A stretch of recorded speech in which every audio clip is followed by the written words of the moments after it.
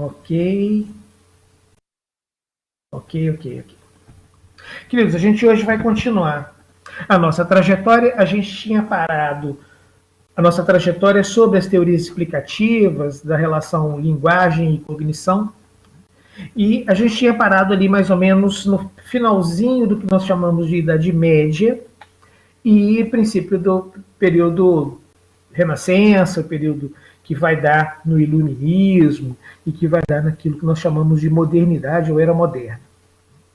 Algumas eu queria repassar aqui algumas das coisas que são importantes a gente pegar nessa fase de transição em relação aos processos cognitivos e processos de linguagem que são típicas da Idade Média Europeia. Lembrando que aquilo que nós chamamos de Idade Média é um fenômeno europeu. Naquele mesmo período, no que nós poderíamos chamar de região periférica da Europa, e é só a Europa que considera que o resto do mundo é sua periferia, né? É uma visão tipicamente europocêntrica, essa visão, mas aquilo que é a Eurásia, que são ali os povos árabes, norte-africanos, Ásia Central até o Extremo Oriente, Oriente Próximo até o Extremo Oriente, esse período foi um período de grande efervescência cultural e pouco ou nenhum amortecimento, como é o período das trevas, como é dito e como é chamado o período medieval europeu. Tá? Essa concepção histórica só é válida para a Europa Central até ali a Península Ibérica. E na Península Ibérica é preciso tomar bastante cuidado, porque foi o período da ocupação moura, tanto na Espanha e Portugal, e na Idade Média não existia Portugal, né? Portugal é do final da Idade Média para frente, né? Do século XIII para frente, mas ali havia grande efervescência cultural, ali não tem nada de período das trevas, nem amortecimento da cultura, não. Tá? Mas, dito isso, vamos pegar algumas daqueles, vamos fazer uma pequena síntese bem curtinha sobre o período anterior. Primeiro, é preciso entender bem algumas questões da relação entre religiosidade e ciências da mente. Lembrando que as chamadas ciências da mente, a psicologia, uma delas, não estavam amadurecidas, mas havia um processo ascendente e crescente de investigação prática e teórica, inclusive experimental, sobre o funcionamento da mente, o que é, afinal das contas, o pensamento, qual é a relação entre o pensar e o existir, qual é a relação entre conhecer a realidade e a própria realidade, etc, etc. Né? Isso vai evoluindo e isso vai dar origem depois, já meados do século XIX para o final do século XIX, na independência da psicologia como ciência. Tá? Os aspectos que aqui nos importam são os aspectos de linguagem e processos cognitivos.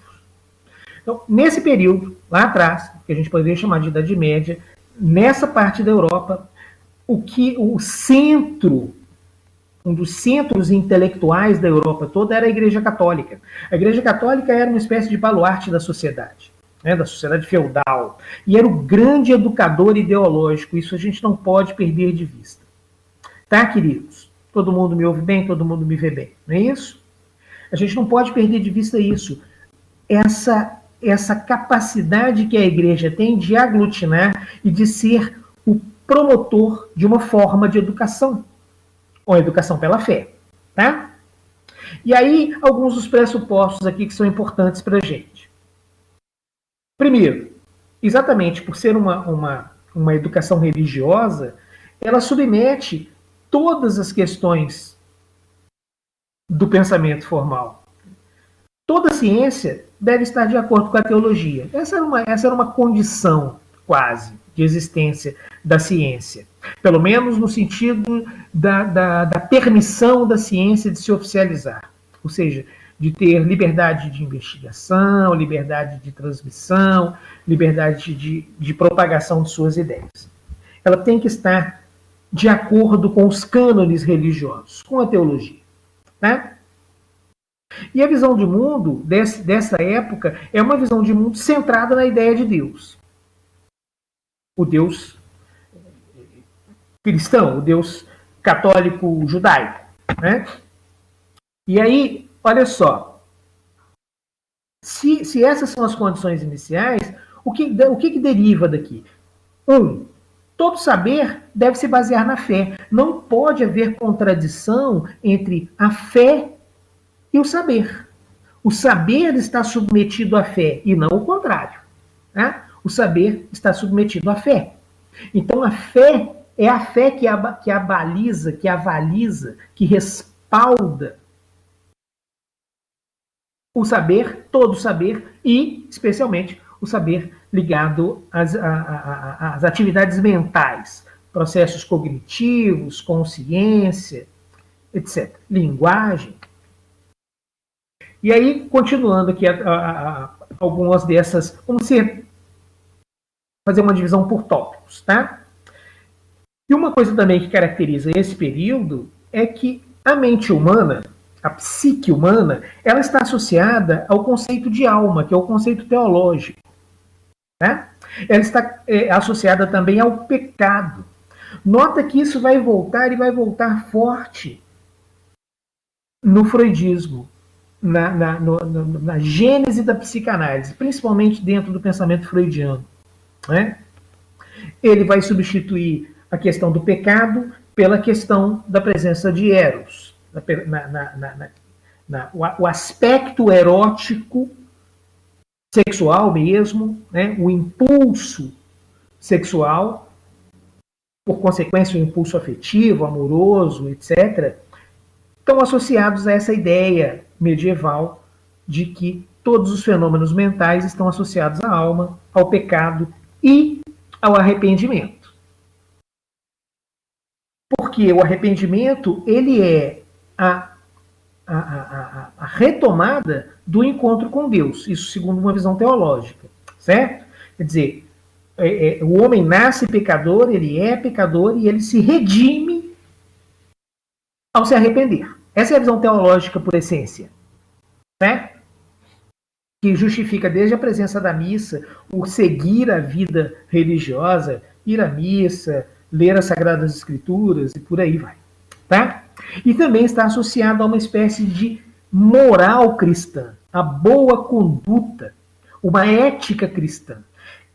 A soma dessas coisas, o fato de que o grande centro difusor de cultura, um deles, mas talvez o principal, seja a Igreja feudal, a Igreja católica feudal, toda ciência deve estar de acordo com os cânones teológicos, todo saber deve estar baseado, alicerçado na fé,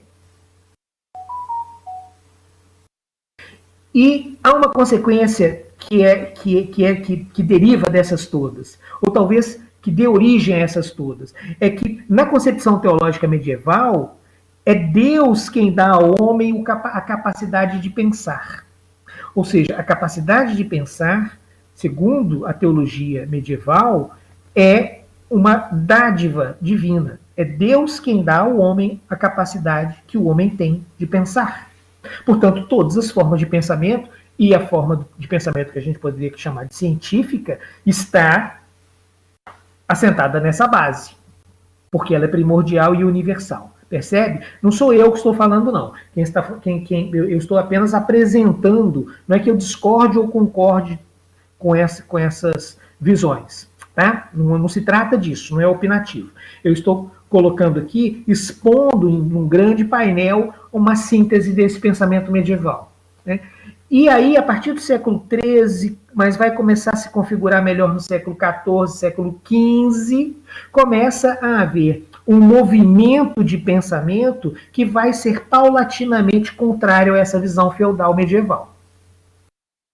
É o pensamento da modernidade que está penetrando o mundo feudal, está questionando os alicerces ideológicos e fundamentais deste mundo feudal e propondo uma nova visão de mundo. Isso é consequência de quê? Isso é consequência do desenvolvimento social que não para. Né? O mundo estava deixando de ser feudal e passando a ser mais voltado para um mundo mercantil, para um mundo da produção, para o mundo da liberdade de comércio. A economia está mudando os seus alicerces, e é exatamente essa mudança dos seus alicerces que torna possível a mudança mental. Por quê? Porque a mentalidade é sempre fruto e resultado do desenvolvimento social. Todo ser humano é um ser social. Portanto, todo ser humano e o conjunto deles, a sociedade, está necessariamente atado ao próprio desenvolvimento social. A sociedade se caracteriza pelo grau de seu desenvolvimento social, ou seja, a sociedade se caracteriza pelo momento histórico no qual ela vive. Certo? Deixando isso bem claro, né? E aí nós tínhamos algumas interpretações, a gente não vai voltar a elas não, né? Mas São Tomás de Aquino, Duns Scott, Santo Agostinho, são alguns dos pensadores que vão caracterizar esse mundo feudal, em que a razão é obra divina. A razão é um dom dado por Deus ao ser humano. Tá? E como é que o ser humano deve agradecer a ter recebido o dom da inteligência? Se devotando a Deus. Basicamente, isso fecha uma síntese do pensamento feudal medieval. Tá? E a linguagem não está longe disso, não. Nota que até o século XV, a ideia da evolução da linguagem está muito presa às páginas do Antigo Testamento que narram um processo que deu origem à pluralidade linguística, que é a Torre de Babel. Né? A Torre de Babel, que está na Bíblia, no Antigo Testamento, aquilo é uma lenda babilônica. Tá? Ela não é cristã. Né? O cristianismo absorveu isso e buscou para si, e trouxe para si. Mas aquilo é babilônico. É o fato de que se constrói vários povos de origens diferentes, eles constroem um templo de adoração e esse templo de adoração ofende o divino e o divino castiga, colocando cada pessoa ali falando uma língua diferente. Então, até o século XV, toda e qualquer explicação da origem da língua, da origem da linguagem, da pluralidade linguística, da pluralidade da fala, etc., etc., que é geográfico e histórico, mas neste período, não. Este período, a pluralidade linguística era atribuída a um castigo dado que vai dificultar o entendimento entre os homens. Ou seja, a pluralidade linguística ela não é uma característica positiva no sentido de ter uma fartura cultural, uma pluralidade cultural, e passa a ser um problema da intercomunicação.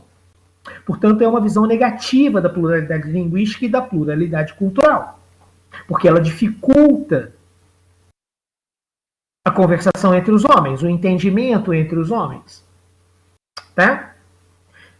Você pode questionar isso sem o menor problema. Quer dizer, a pluralidade, ela na verdade ela é negativa ou ela é positiva? Ao enriquecer a cultura, isso é nocivo ou é benéfico? É uma discussão, mas não é uma discussão para a gente lidar com ela aqui. Mas é uma discussão muito interessante, né? Porque das duas abordagens, somente uma delas, não se pode adotar as duas simultaneamente. Aí é preciso tomar partido. Tá? Mas aí vamos aqui. A partir daí do século XIV, século XV, a tentativa de entendimento de o que afinal é a linguagem humana, o que é a língua humana, o que é o idioma, o que é o falar, o que é o processo de comunicação humana, vai perdendo esses dogmas religiosos e vai voltando a ser uma tentativa de entender a naturalidade da fala, a partir da ideia de que seu nascimento é mundano e não divino. Ou seja, vai deixando de existir a crença no melhor sentido da palavra, tá? Mas vai deixando de existir a crença de que a língua é dada ao homem e vai retomando coisa que o mundo antigo já fazia, sejam os orientais, sejam os gregos e romanos, tá? Que o mundo antigo já fazia, de que a língua é uma evolução natural do desenvolvimento social, ou seja, é a sociedade quem cria a língua e ela não vem extrasocialmente. Ela não é dada por ninguém, mas ela tem origem, se desenvolve, vai se tornando mais complexa no desenvolvimento social. Essa ideia da gênese da linguagem, da língua, dos idiomas, retoma com força no início do Renascimento. Alguns autores aí do início do Renascimento vão fazer essas postulações. Por quê? Porque aqueles fundamentos que alicerçam o pensamento na Idade Média estão sendo questionados de uma maneira montante, de uma maneira que vai se acumulando, tá? As críticas, a busca de deficiências nesse tipo de visão, né? Se procura antepor outras visões àquela visão que era a visão fartamente dominante durante o período da Idade Média. Não é isso? E aí, olha só, o que começa a retomar com força? A ideia de que o homem, que a origem do homem é dada no próprio mundo, ou seja, o homem é fruto da realidade que o cerca. Ele não nasce pronto porque Deus quis assim, mas ele vai se completando, ele vai se tornando, ele vai amadurecendo, ele vai sendo a partir do próprio desenvolvimento da sociedade. O homem é fruto da realidade que o cerca, da sociedade na qual ele está.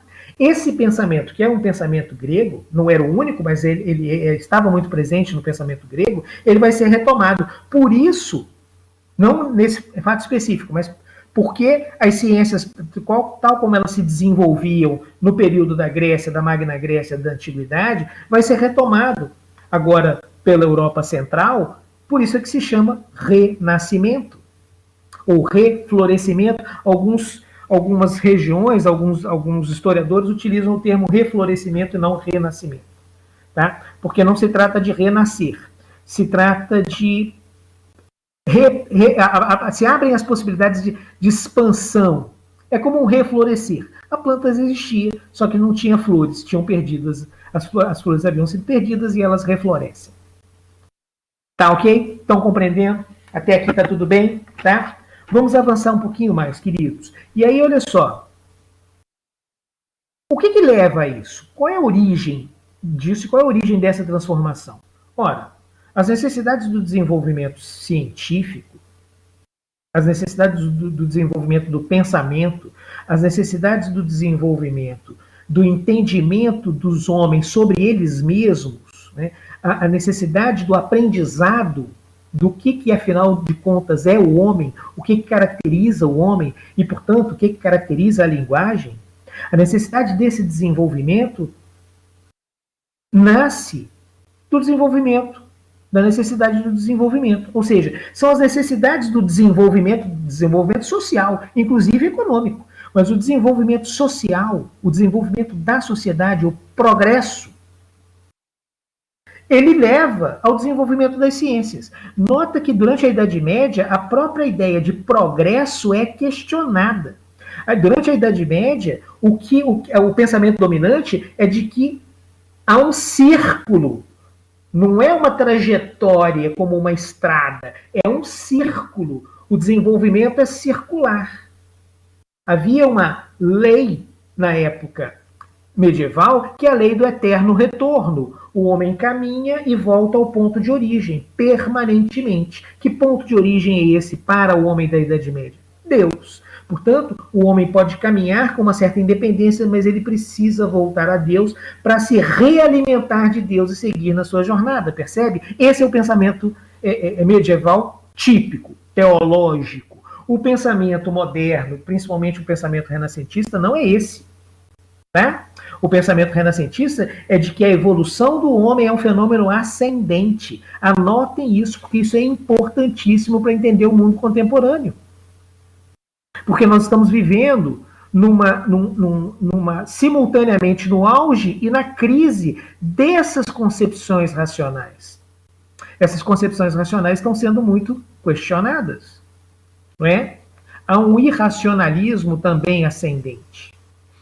Não é? Se questiona de tudo, aquilo que estava estabelecido quase que como uma homogeneidade evidente, voltou a ser questionado. sem entrar no mérito disso, sem buscar quem é que tem razão, quem é que não tem, porque não é o assunto do nosso encontro. Tá? Mas se voltou, por exemplo, a questionar que a Terra seja um objeto esférico, redondo, percorrendo o espaço. Voltou a ideia de que a Terra é plana e está fixa no universo e no centro dele. Tá? Olha só, nós temos durante o período da Idade Média um pensamento que predominantemente, eu até tiraria o um pensamento que dominantemente diz que o auge da civilização, o auge civilizatório havia sido alcançado na Idade Média, que é o período de amadurecimento do contato do homem com Deus. Portanto, de agora em diante, lá na Idade Média, de agora em diante, o que haveria é um eterno circular. O homem aprofundando o seu contato com Deus. E tudo aquilo que o homem sabe, tudo aquilo que ele aprende, tudo aquilo que ele é capaz de absorver e manter, também são frutos de uma condescendência divina. Ou seja, todo e qualquer pensamento é fruto de uma dádiva de Deus. É Deus quem dá ao homem o pensamento. É Deus quem dá ao homem a capacidade de pensar, como um prêmio. Portanto, os privilegiados, os grandes pensadores, eu citei aqui São Tomás de Aquino, Santo Agostinho, Duns Scotus, que são três figuras da cultura medieval, né, de enorme importância da cultura medieval. Olha a quantidade de colégios que vocês conhecem, que se chama Colégio São Tomás de Aquino. Não é isso? Ou Santo Agostinho. Busquem na internet, Santo Agostinho, Colégio Santo Agostinho. Vocês vão encontrar centenas. Se vocês olharem pelo mundo afora e não apenas no Brasil, são milhares.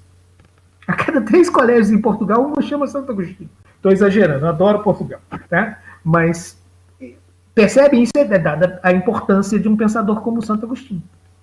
E algumas de suas obras, né? Principalmente as obras de Santo Agostinho, foi um grande preocupado com a questão da relação do homem com Deus via fé. A sua principal obra se chama Confissões. Nota que o próprio título da obra mostra que o homem é um pecador e ele deve se colocar diante de Deus de uma forma subalterna de pecador, pedindo perdão. Por isso que se chama Confissões, a principal obra de Santo Agostinho. Tá? E aí vem o pensamento moderno, o pensamento que vai dar origem ao Renascimento e depois ao período das luzes, o Iluminismo, que vai questionar tudo isso. Ele vai dizer que a origem da sociedade é uma origem terrenal e a sociedade não para de se envolver. A história não só não acabou na Idade Média, como ela não tem fim, ela se desenvolve eternamente. Esse é típico do pensamento do racionalismo iluminista. Né? O homem é capaz de se desenvolver eternamente e o desenvolvimento nunca acaba. Isso é típico do pensamento iluminista. E o homem é capaz de aprender tudo, saber tudo. É óbvio que não é um único homem. Quando alguns desses pensadores, que vão de Descartes a Rousseau, não é isso? A Voltaire, vão colocar de que o homem, as capacidades humanas são infinitas, ele não está se referindo a um único homem. Ele está se referindo às possibilidades da humanidade como um todo. Nota que isso é interessantíssimo, inclusive como concepção. Por quê? Porque lá na Idade Média era cada feudo em seu lugar. Não havia aquilo que a gente poderia chamar de irmandade entre os homens, a não ser pelo fato que todos os homens são filhos de Deus, na concepção teológica medieval. Mas cada feudo é o seu universo. A palavra humanidade não fazia sentido no pensamento dominante medieval. Tá? Porque não havia um aspecto unificador, não havia noção de nação, não havia noção de humanidade, que é algo ainda mais evolutivo do que o conceito de nação, porque coloca que toda a humanidade está irmanada em si mesma e não no fato de ser filha de Deus. Interessante como mudança de paradigma. Tá? E isso vai influenciar muito nos aspectos que vão estudar a linguagem. Porque a linguagem vai deixar de ser um fenômeno dado por Deus, portanto, pronto, Pensem um pouco aqui como é que Noam Chomsky coloca algumas de suas postulações de que está dentro da cabeça a linguagem, portanto vem pronta. Eu continuo afirmando, é uma visão que se tem de Chomsky. Chomsky não é isso. Tá? Eu continuo fazendo essa afirmação. Mas eu não vou questionar isso. Tá? E é porque não é o momento de fazer esse questionamento. A gente pode e vai trabalhar nisso um pouco mais à frente, aqui dentro dos nossos encontros. Tá? Já para próximos encontros. Mas aí, olha só, alguns desses pensamentos, alguns desses pensadores do Renascimento, René Descartes, Baruch Spinoza, Hobbes, Berkeley, eu citei aqui, vou citar de novo Descartes, mas ele aparece muito. Por quê? Porque eles vão dizer que a razão é que caracteriza a inteligência humana e não a devoção a Deus. Não é a fé que move montanhas, é a ciência que move montanhas. Como é que a ciência move, como é que a fé move montanhas? Pela vontade divina. Ela abre mares, não é isso? Tá? É a vontade divina que faz a mudança. Agora, como é que o homem move montanhas no pensamento renascentista? O homem entende o que é uma montanha e, ao entender o que é uma montanha, ele é capaz de transformá-la. Nós que moramos aqui no estado do Rio, a gente pega ali o aterro do Flamengo, aquilo já foi um morro, certo? E aquilo era mar. E o homem, o carioca, da virada do século XX, moveu a montanha e transformou no aterro do Flamengo. Não é isso? Aquilo era um grande morro. Se utilizou a terra para aplanar o chão e empurrar o mar para mais para dentro, para aumentar a zona de ocupação territorial. Flamengo, aterro do Flamengo, por isso se chama aterro do Flamengo. Aterro que era mar, foi aterrado ao se aplanar uma montanha. Percebem? Quem é que está movendo a montanha aqui? Não é a fé. Quem é que está movendo a montanha? É a ciência. Que ao conhecer a montanha, descobre que ela é feita por um monte de terra, e aí você aproveita essa terra para o proveito da sociedade. Quem já passou, e todos nós passamos o tempo todo, pelo aterro do Flamengo, a gente nunca para pensar nisso, né? Mas aquilo ali era mar.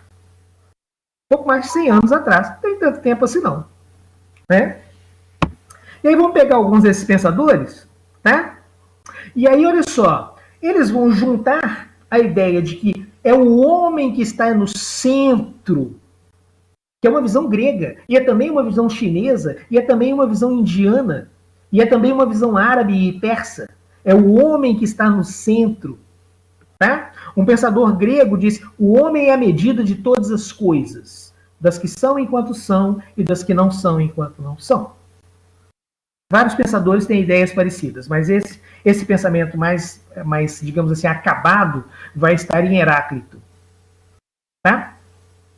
Mas aí, olha só, surge, poderíamos chamar de ressurge, mas surge o humanismo como uma visão de mundo centrada no homem. Portanto, a linguagem, que é um fenômeno humano, não é mais um fenômeno divino, ele é um fenômeno humano, e é exatamente a capacidade mental do homem que o humaniza.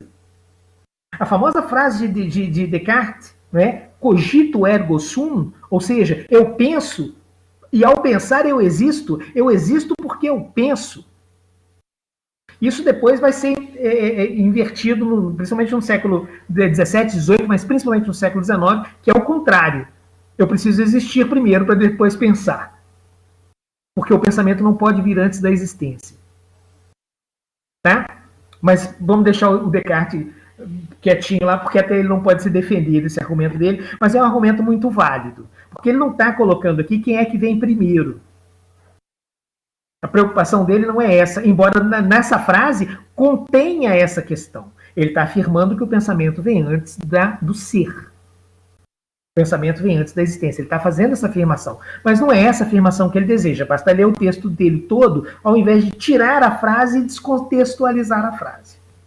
Tá? Mas ao ler o texto dele todo, principalmente os textos de René Descartes, né, discurso do método, etc., você vai ver que a preocupação dele ali é o quê? É que o homem, ao ter uma capacidade de interpretar o mundo, ele é capaz de conhecer o mundo. O mundo deixa de ser um mistério, como era no mundo feudal, medieval. O mundo é um mistério inalcançável. Assim se pensava no mundo feudal de maneira predominante. É claro que existiam outras maneiras de pensar, e elas eram, inclusive, combatidas e condenadas. Houve muitos movimentos de perseguição, inclusive legal, legislativa, estatal, contra outras formas de pensar. Uma delas, clássica, vai acontecer a partir do final do século XIII, século XIV, século XV, mas a partir do final do século XIII em diante, que é o combate às heresias. O que é heresia? É você pensar diferente do dogma. Isso aqui é heresia. Tá? Mas na Idade Moderna, essas coisas são colocadas, é claro que são colocadas com muita prudência, porque a força da igreja é gigantesca. Pensem que na Idade Moderna, somente a Espanha condenou à morte pela fogueira 35 mil hereges. 35 mil hereges não é brincadeira para um único país cuja população é pequena, ainda hoje é pequena, relativamente pequena, que é a Espanha. Só a Espanha. A Inquisição espanhola é responsável por levar para a condenação à morte, ou seja, a morte pela fogueira, 35 mil pessoas. Tá?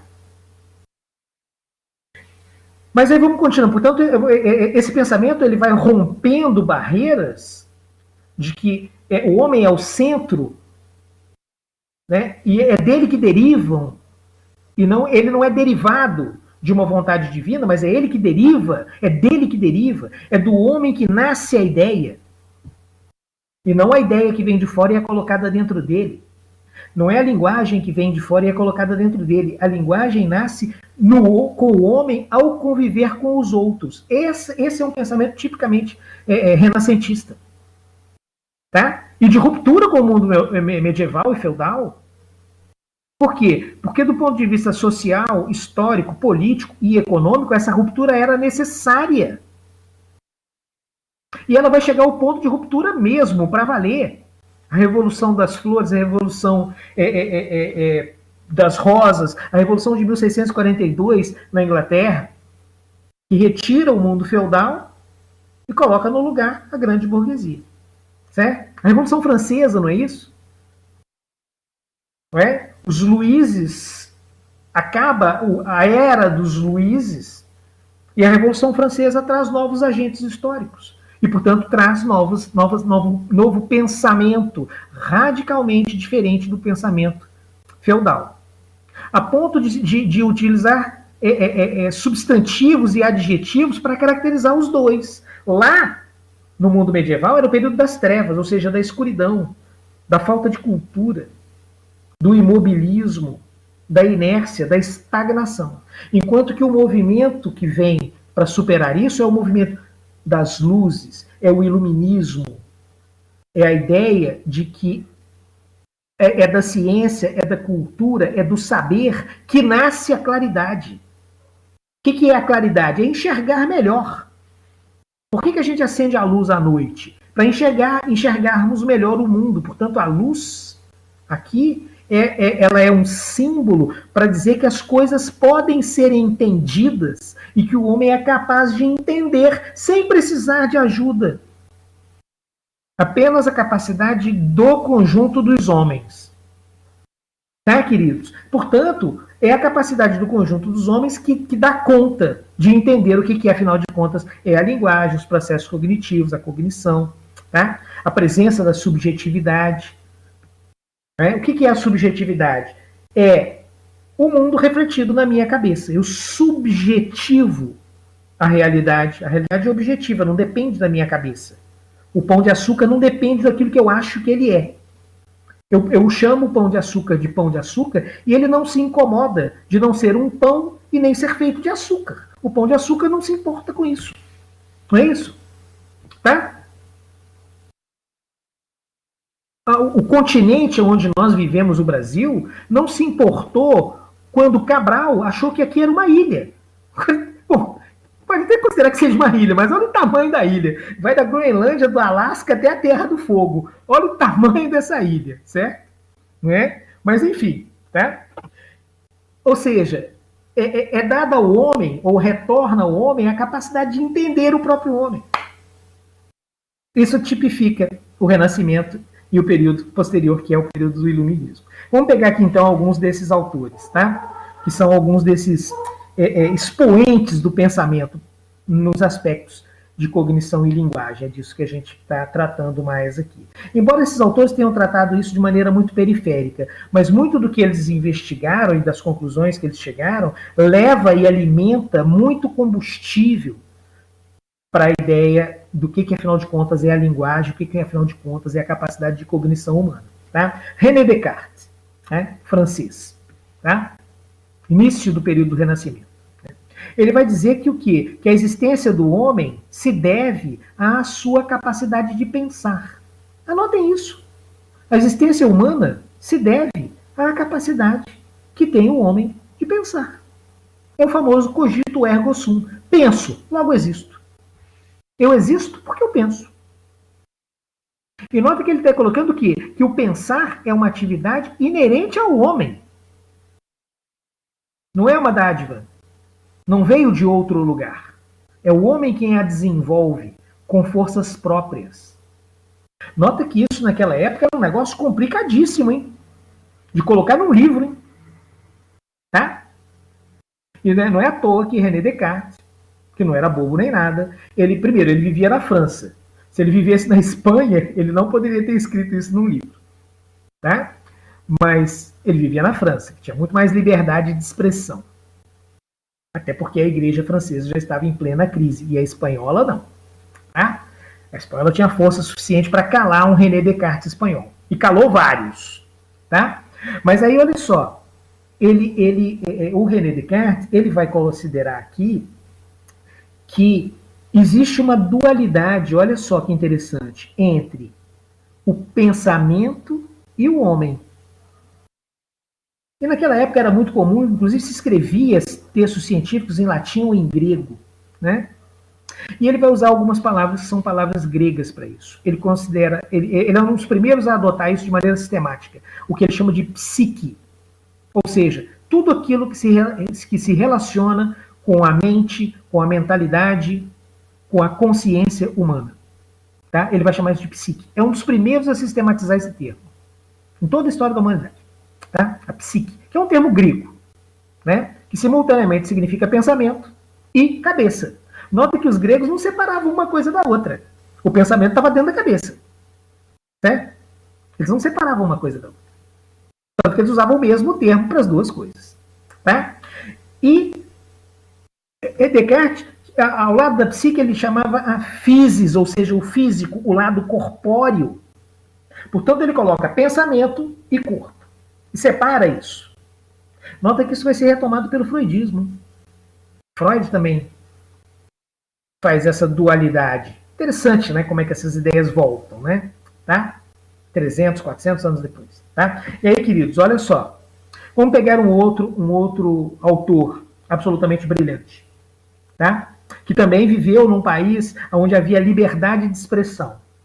Que é Baruch Spinoza. Spinoza escreve com... Eu vou até escrever aqui. Spinoza. Tá? O Spinoza, ele vivia na Holanda, ele era de família portuguesa. Interessante isso. Falava português, inclusive. Tá? Mas ele não falava em português no seu cotidiano. Ele falava em flamengo, que é um dos idiomas da Holanda. Né? Tá? O holandês. Né? Holandês medieval e pré-moderno. Tá? E aí o Spinoza ele vai dizer o quê? Que o psíquico é parte do físico. Aquela ideia de que o pensamento está dentro da cabeça. Só existe pensamento porque tem uma cabeça que o recebe. Mas não é que o recebe como se fossem coisas diferentes, como um bebê que está em cima de um berço. O bebê e o berço não são a mesma coisa.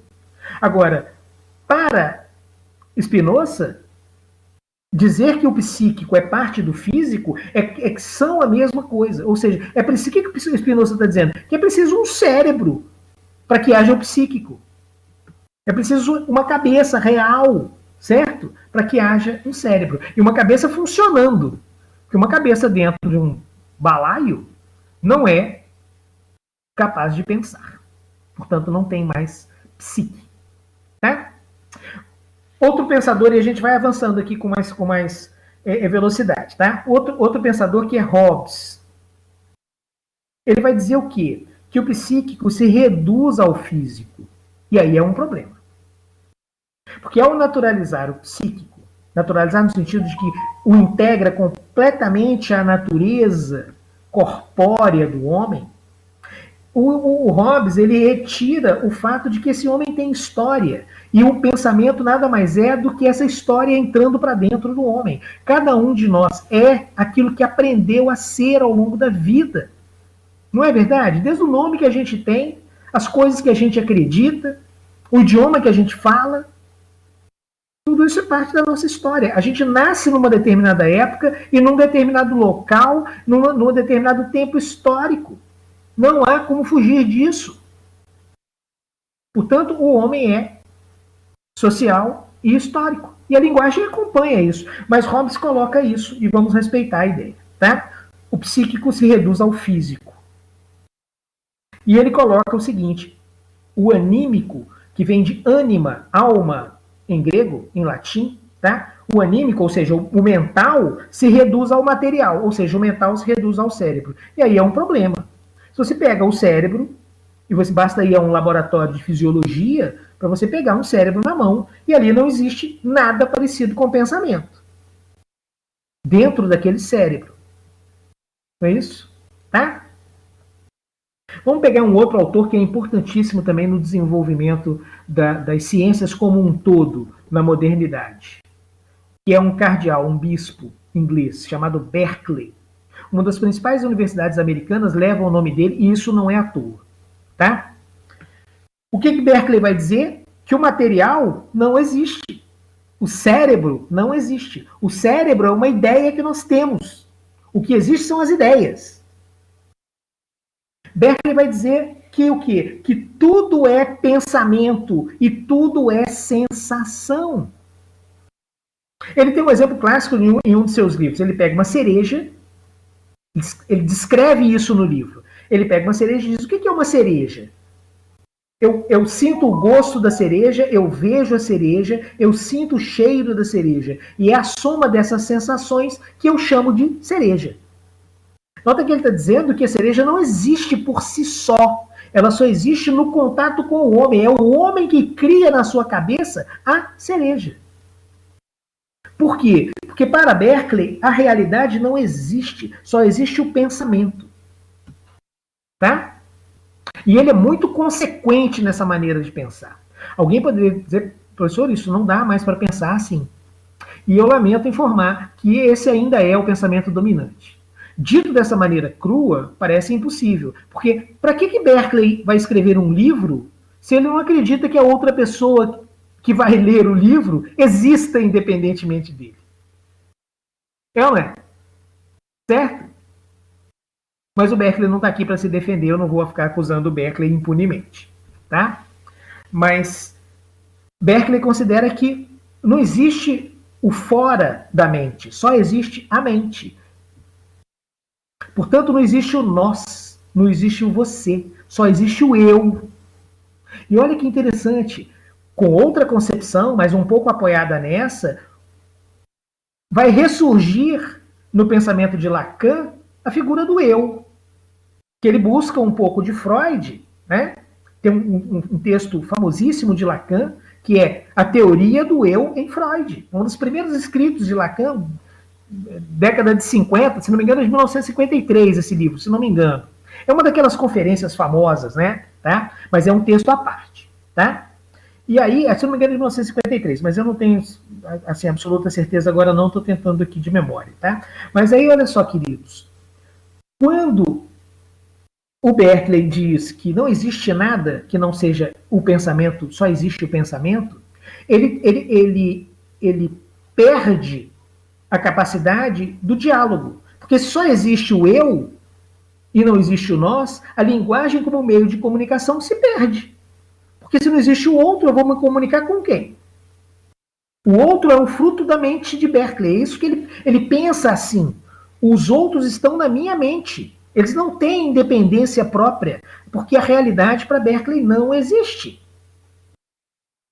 Certo? Ele é muito consequente nisso. Filosoficamente, isso se chama idealismo.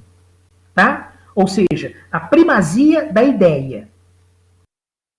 Tá? Se chama idealismo. Nota que esse termo depois ele vai ter um caráter moral, né? Quase que sendo assim, uma pessoa idealista, que é uma pessoa cheia de bons sentimentos ou de bons pensamentos, né? Uma pessoa boa por natureza é uma pessoa idealista, certo? Mas isso é uma visão corriqueira. O termo aqui eu estou usando o termo no sentido mais estrito, científico, inclusive filosófico, tá? E aí, para Berkeley, o que acontece? O que ocorre aqui? O físico se reduz ao psíquico. Só existe o psíquico, não existe o físico.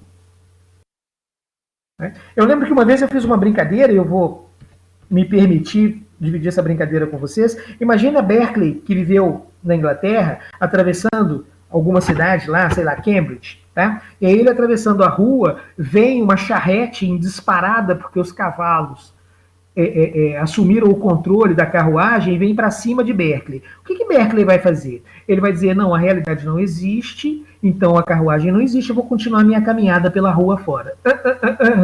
Ele vai sair da frente correndo para não ser atropelado pelos cavalos.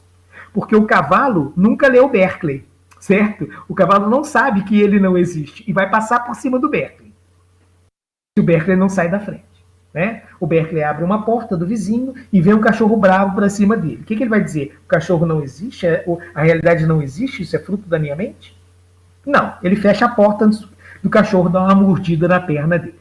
Né? Mas aí essa brincadeira fica por aqui. Eu tenho que ter um respeito também ao pensamento de Berkeley.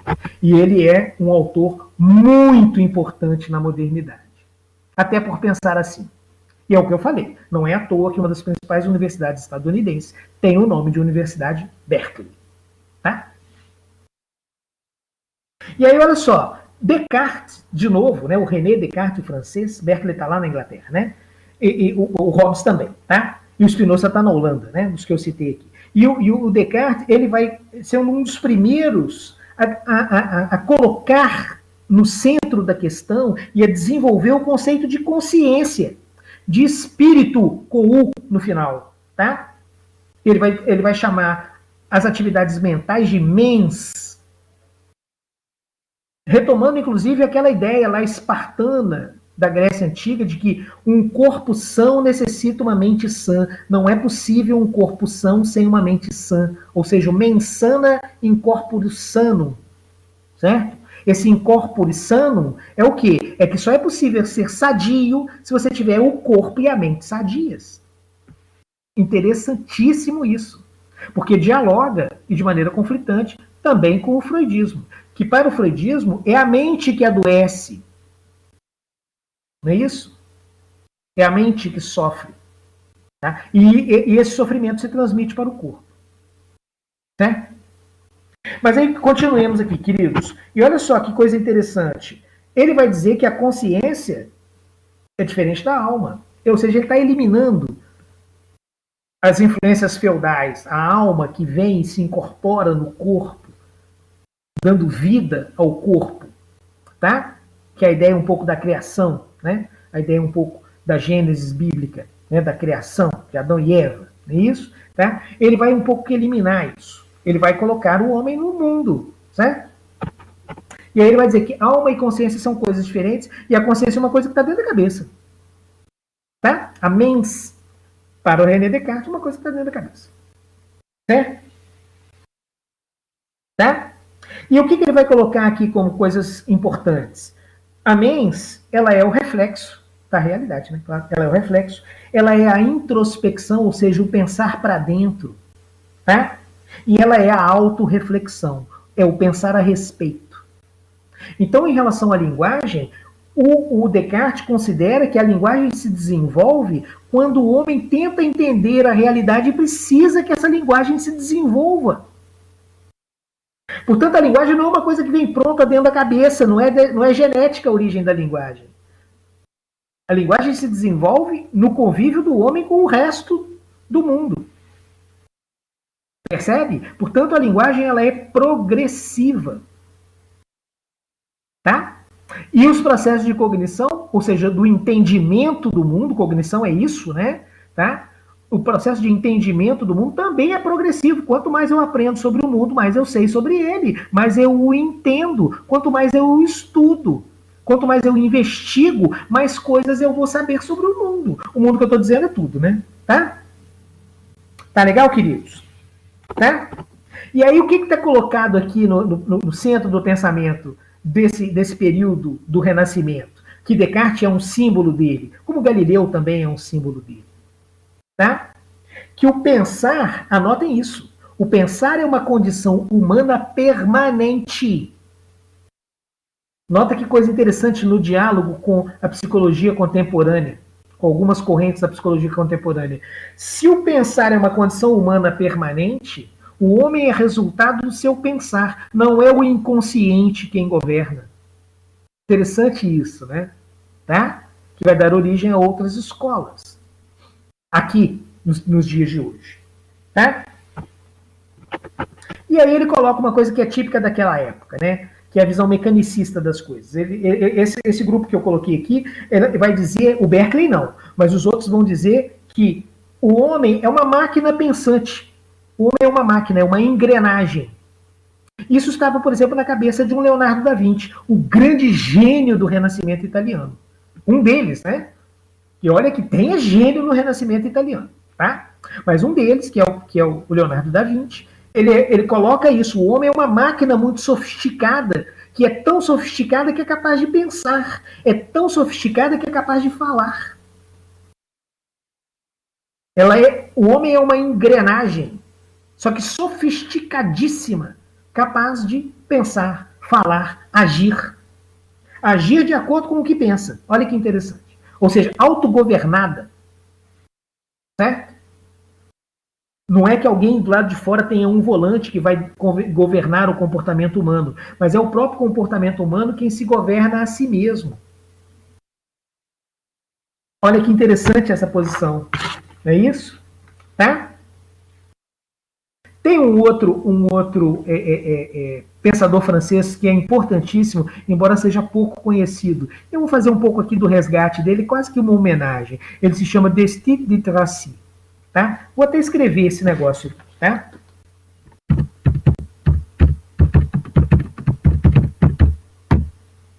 Destutt de Tracy. O Tracy, se não me engano, é com Y e não com I. Corrijam, por favor. Não tem problema, não. Tá? Mas ele vai propor uma coisa interessante. Ele vai dizer o seguinte, que o conhecimento erudito deve estar nos livros. Ou seja, é necessária a propagação das coisas conhecidas para que todos os homens tenham acesso ao conhecimento, ao saber, e que todos os homens podem ser eruditos. Nota que isso é contrário ao pensamento medieval, que colocava que apenas homens, mulheres não, têm acesso ao conhecimento erudito, porque para a Idade Média, repetindo o período grego, a mulher ela é uma eterna adolescente, ela não amadurece mentalmente. Esse é o pensamento típico grego. Tá? A mulher tem uma condição permanentemente adolescente. Pertence ao pensamento grego, que depois vai dar origem, inclusive, ao mito de Adão e Eva, que é o homem racional e a mulher sentimento. Não é isso? O homem é o Sol, a mulher é a Lua. Né? O homem é Marte, a mulher é Vênus. Não é isso? Tá? E aí o que ele vai propor? Ele vai propor que se construa um conjunto literário de textos científicos, que ele vai chamar de enciclopédia, a enciclopédia. E vai nascer um movimento na França, muito rico do ponto de vista cultural, que é o movimento enciclopedista, que vão estar alguns daqueles que eu falei ali. Voltaire, Rousseau, tá? Vão estar por ali. Não é? E aí, olha, o que ele está querendo colocar aqui? Ele não está querendo colocar que todo o conhecimento do mundo vai caber dentro de alguns livros. Não é isso que ele está dizendo. Tá? Mas o que ele está dizendo é que essas ideias, todas as ideias que a gente poderia dar um caráter de realidade, de veracidade, ou seja, de conhecimento científico sobre qualquer assunto humano, ele está dizendo algumas coisas aqui. Ele está dizendo que que o homem pode alcançar conhecimento verdadeiro sobre qualquer coisa. Ele está fazendo essa afirmação. Coisa que para a Idade Média era impossível, porque é impossível o homem ascender ao conhecimento de Deus. Deus é inacessível. Portanto, o conhecimento universal também. Tá? E já na França, nesse período, né, é o período pré-revolucionário, hein? Tá? Mas não é pré-revolucionário, é um século antes, no mínimo, ou mais até.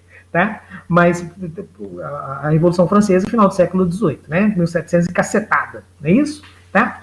Mas são esses caras que preparam o terreno, hein? Tá? E aí ele vai propor que se construa uma enciclopédia com os termos, os temas em ordem alfabética e que possa ser consultada pelas pessoas. É a famosa enciclopédia que a gente tem dentro de casa em algum lugar da biblioteca. Tá? E ele está colocando uma coisa aqui que é fundamental da gente entender. As ideias, elas vão se fundir num sistema.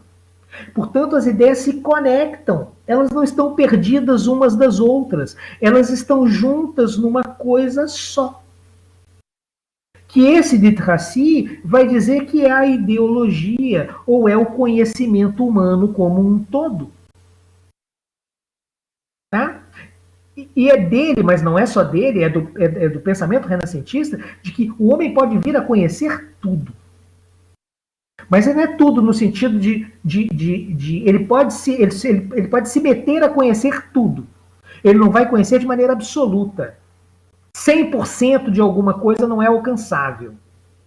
Porque esse aprofundamento é permanente e ascendente, nunca para. Nunca se vai saber tudo sobre nada, sobre nenhum assunto. Eu sei tudo sobre um prego, isso é impossível.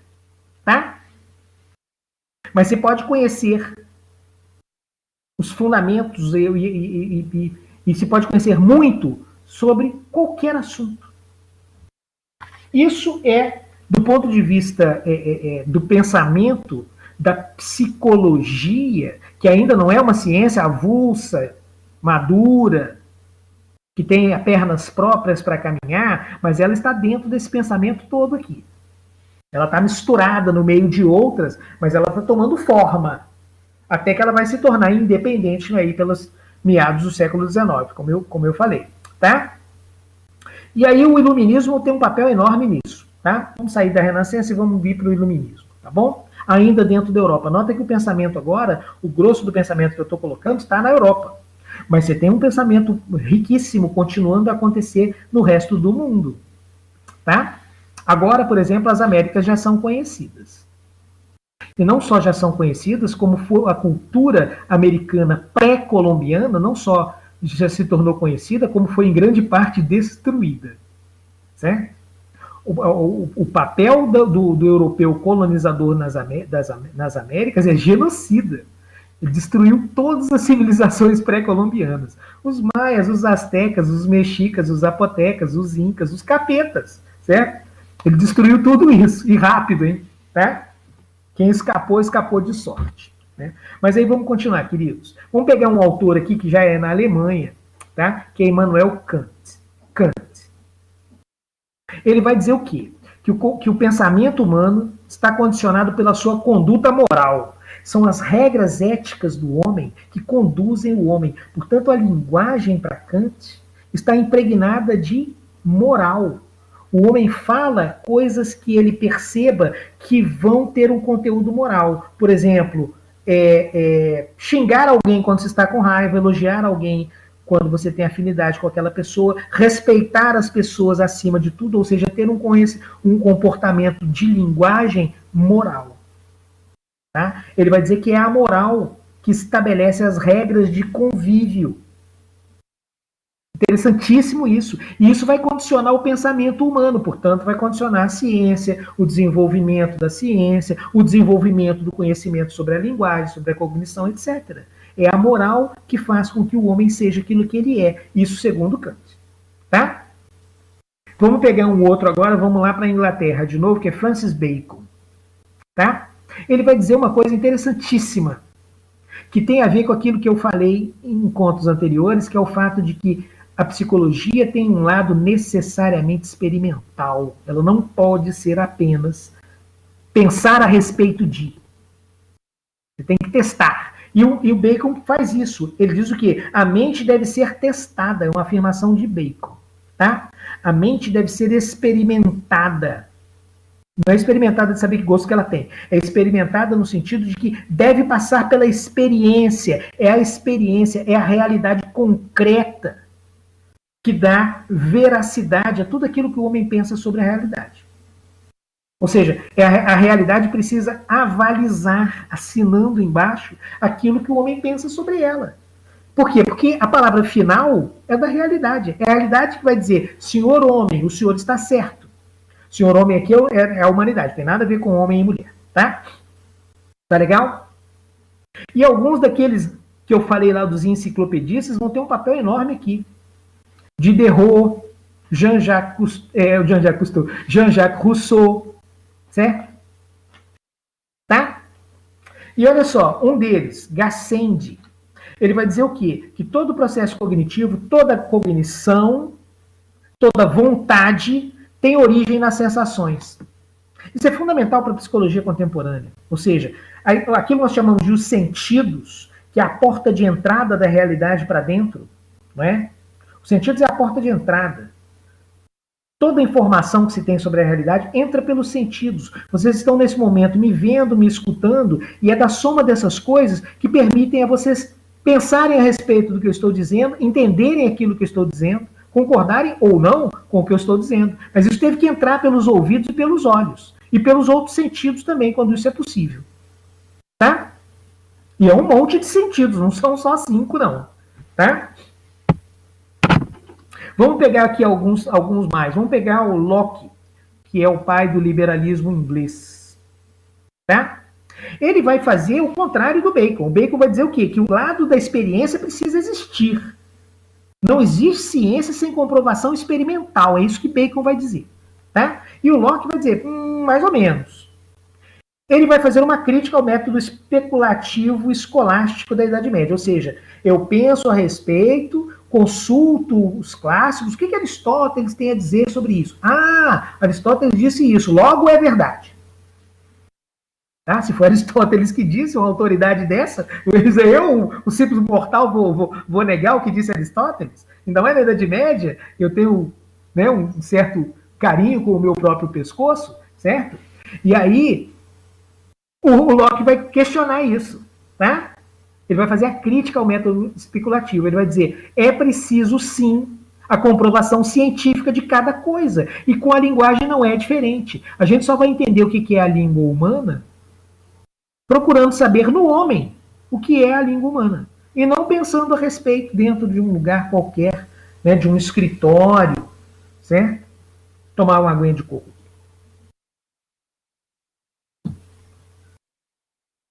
E olha só que coisa interessante. Para Locke, para Bacon, para os enciclopedistas, qual é a trajetória do desenvolvimento intelectual, científico e humano? Tá? Ele sai da especulação, que já não tem mais espaço para ele, que é o típico da Idade Média, e ele vem para as ciências experimentais. Nota que nesse momento é o grande desenvolvimento das ciências da experiência, a física, a química, a biologia, principalmente a física e a química, principalmente a física e principalmente a mecânica. São alguns desses grandes nomes, Galileu, Isaac Newton, um pouco antes o próprio Da Vinci que eu citei aqui, são grandes físicos pesquisadores da física, principalmente da mecânica. Tá? E aí o que retomando, né, que a gente está aqui no iluminismo, não só alemão, mas europeu em geral, tá? Eles vão dizer, esses enciclopedistas, inclusive, vão dizer o quê?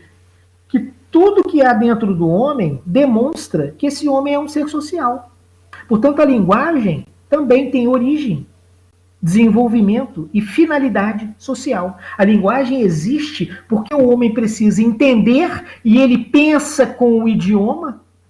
Vocês pensam em português e eu também, não é? Aqui dentro de casa é uma confusão. Por quê? Porque a minha esposa é estrangeira, então aqui em casa a gente pensa em espanhol, ou em alemão, um pouco em inglês também. Mas é uma confusão. Às vezes eu tenho que ficar apertando o botão dentro da cabeça para tirar um idioma e botar o outro. Minha esposa fala mal o português, né?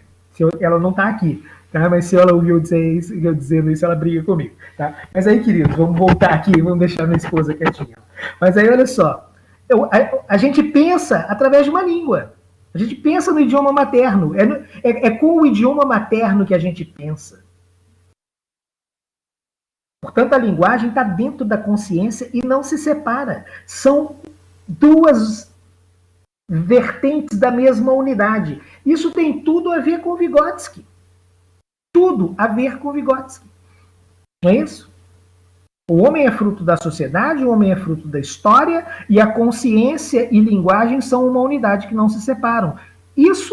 Essas três frases, elas definem em muito, embora não se esgota nisso, evidente que não, né?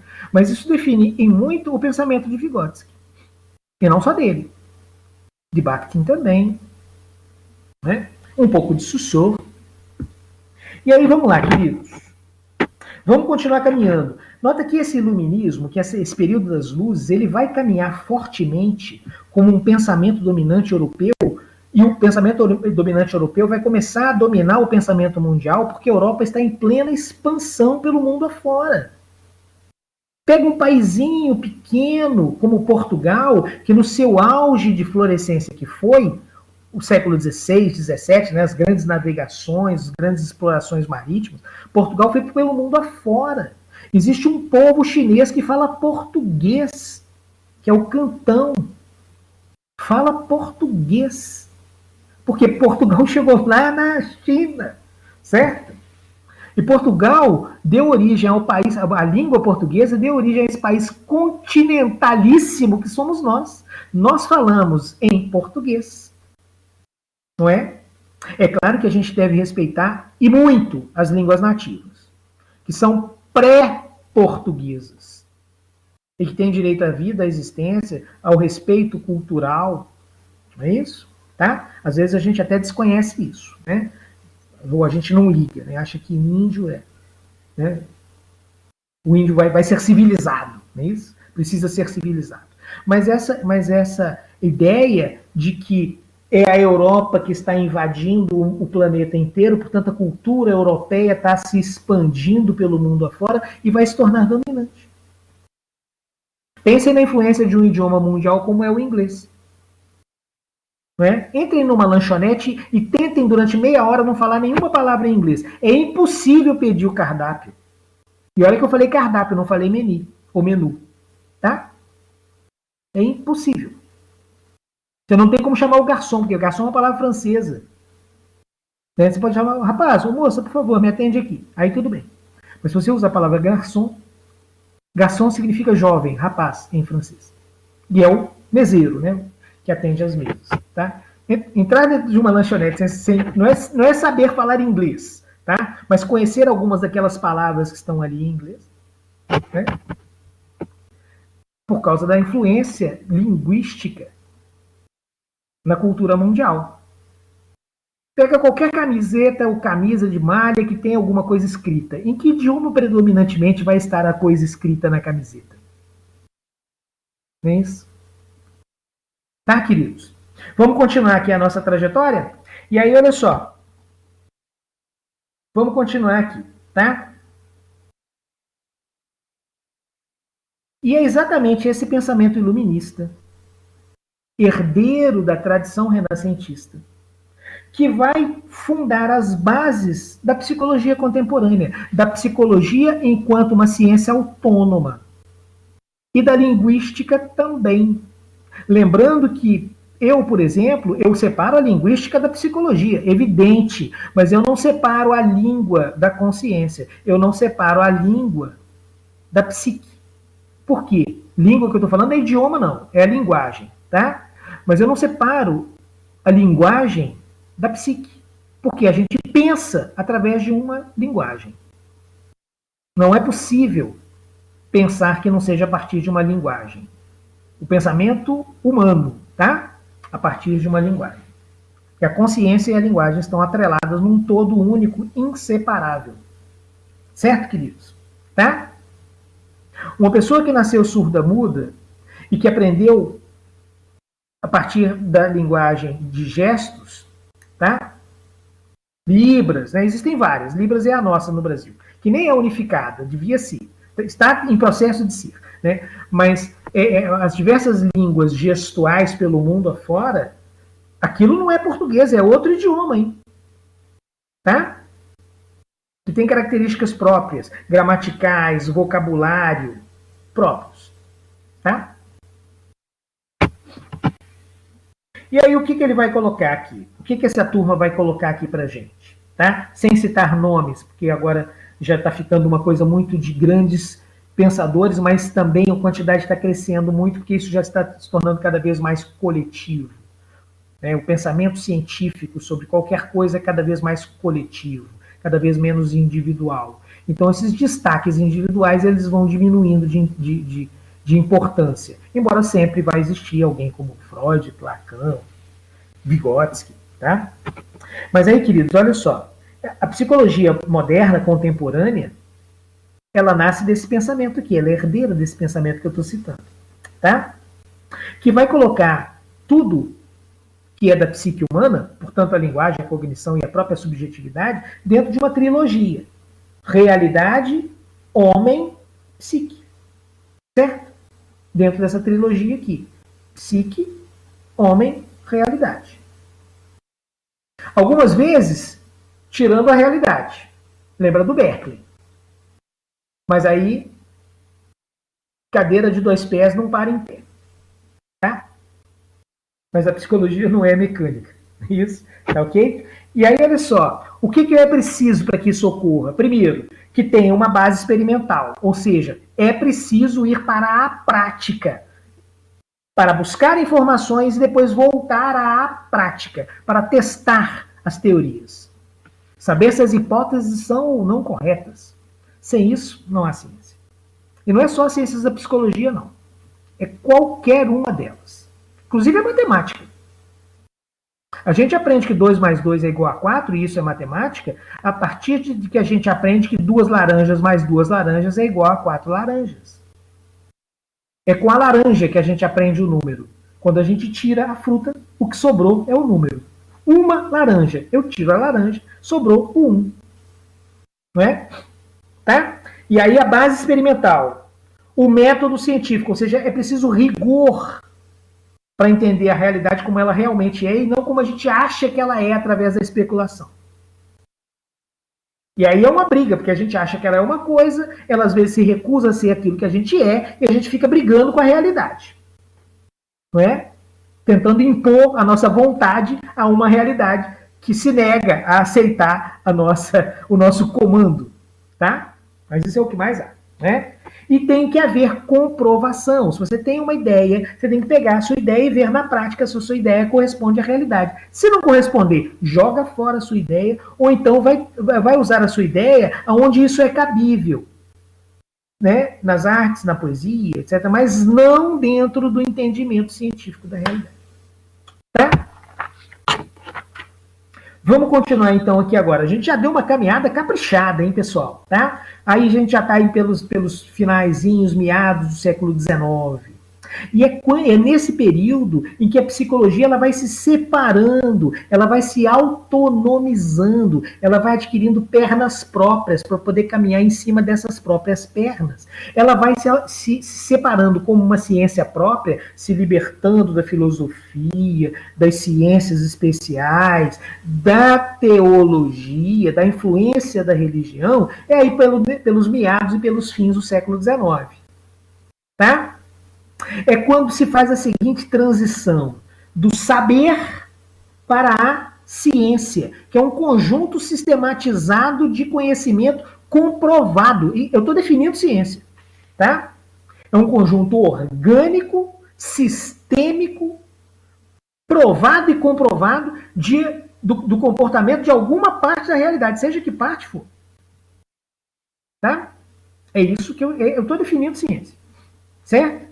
Ela vai deixando o quê? O seu conteúdo especulativo, o seu conteúdo religioso e vai adquirindo um caráter científico com aquelas coisas lá. Método, formação de teoria, teste de hipóteses, comprovação permanente. O conceito de verdade é um conceito prático. É na prática que você prova que você está certo com qualquer coisa que seja. Às vezes, numa discussão, é complicado a gente dizer isso, né? Tá? Eu estou certo, você está errado. Bom, certo? Mas essas questões estão aqui o tempo inteiro, não é?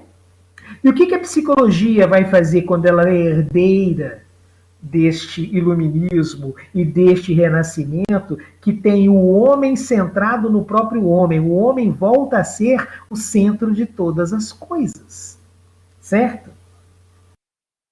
Ela vai buscar as explicações psicológicas do entendimento do que é o homem, do que é a mente, do que é a linguagem, do que é a cognição, do que é a subjetividade, etc. O que é o sentimento, a emoção, a dor, certo? O sofrimento. Ela vai buscar essas coisas todas que são típicas da psicologia, ela vai buscar no próprio homem.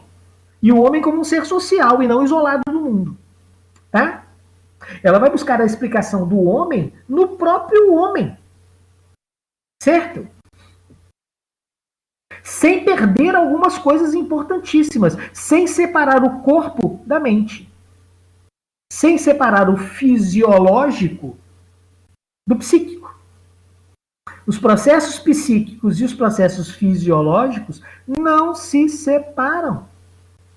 Porque o cérebro é através dos processos fisiológicos, eletroquímicos, etc., se tem fixação de memória, se tem, é a partir do comportamento dos neurônios em conjunto formando o cérebro, córtex cerebral, as partes divisórias do cérebro, sistema nervoso central, sistema nervoso periférico, sentidos, etc., etc., que a gente pode compreender os processos psíquicos. É a partir do físico que a gente aprende a compreender o mental. E é a partir do mental que a gente aprende a compreender o físico. Por quê? Porque elas estão juntas. Só é possível entender um se eu entendo o outro. Porque estão juntas. Para onde você for, o outro vai junto. Tá? E aí começa-se uma corrente, não todas, mas uma corrente, que vai buscar a psicologia no sistema nervoso central. Enquanto que o outro vai buscar a psicologia na mente. Tá? E aí a gente vai ficando por aqui no encontro de hoje. E aí, no nosso próximo encontro, que vai ocorrer, nós vamos colocar isso para dentro do século XX.